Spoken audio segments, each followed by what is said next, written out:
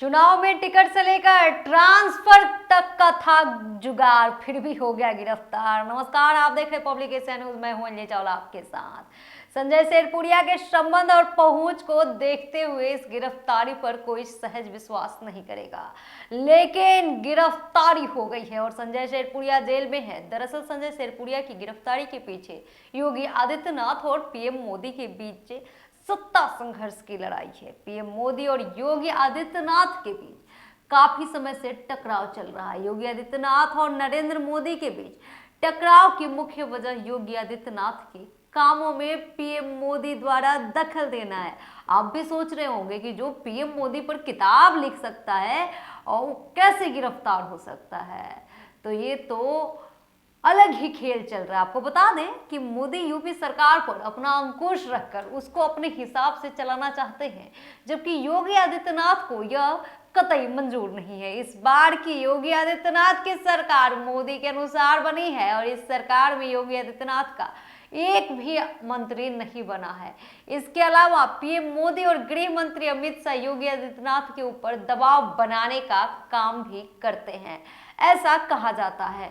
लेकिन आपको बता दें कि ये जो संजय शेरपुरिया है वो इतना बड़ा ठग है, इतना बड़ा नटवर लाल है कि आप भी सोचकर हैरान रह जाएंगे।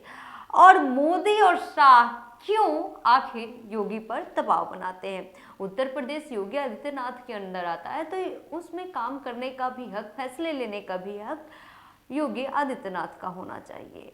लेकिन कहा जाता था कि कांग्रेस में मनमोहन सिंह को रिमोट कंट्रोल किया जाता था, अब यहां करने की कोशिश की जा रही है, तो बीजेपी वाले चुप हैं।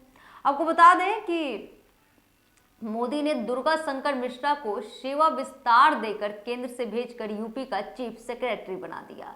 यही नहीं, इसके बाद मोदी ने योगी आदित्यनाथ को धत्ता बताते हुए मुकुल गोयल को यूपी का डीजीपी बना दिया। संजय शेरपुरिया के बारे में यह भी बताया जा रहा है कि वो पीएम नरेंद्र मोदी के वाराणसी से लोकसभा चुनाव लड़ने के वक्त उनके चुनाव संचालन समिति में था।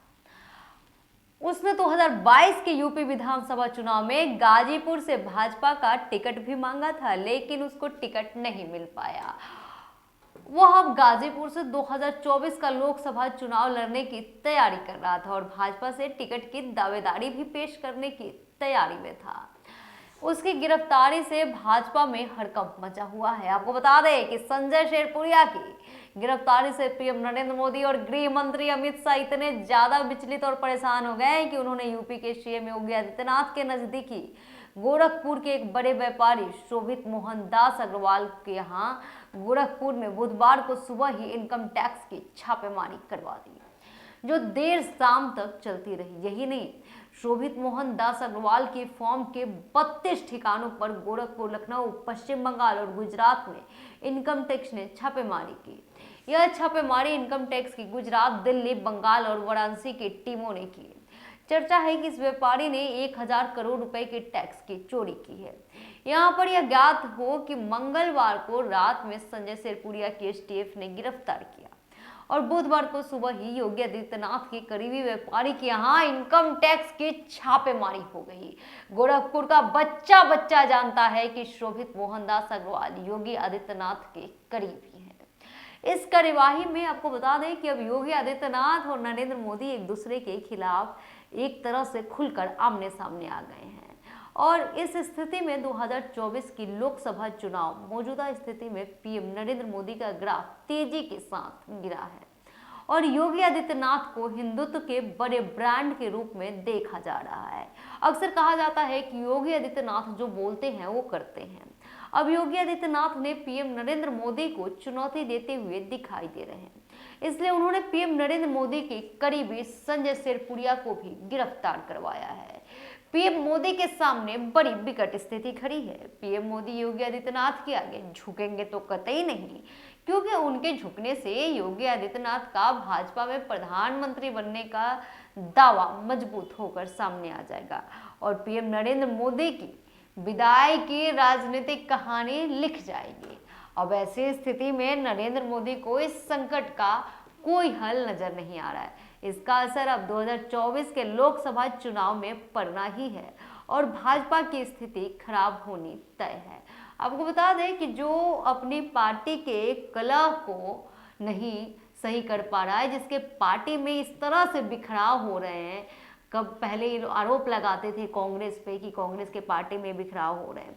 हालांकि सबको पता है कि जब जो सत्ता में होता है वो कुछ दल बदलू नेता दल बदल कर आ जाते हैं, लेकिन इनके पार्टी में जो पीएम की होड़ बनने के लिस्ट में जो लड़ाइयाँ चल रही हैं, जिस तरह से योगी मोदी आमने सामने हैं, उससे क्या 2024 की जो चुनाव होगी उसमें बीजेपी कंसंट्रेट कर पाएगी, या फिर एक बार फिर बीजेपी औंधे मुंह गिरेगी, या मोदी जी कोई तीसरा चाल चलेंगे।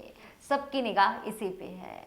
हालांकि आपका इस पे क्या राय है कमेंट बॉक्स में जरूर बताएं, साथ ही लाइक करें, सब्सक्राइब करें और ईमानदारी से जुड़ी खबरें देखने के लिए, सबसे हटके खबरें देखने के लिए नोटिफिकेशन बेल को दबाना ना भूलें। नमस्कार।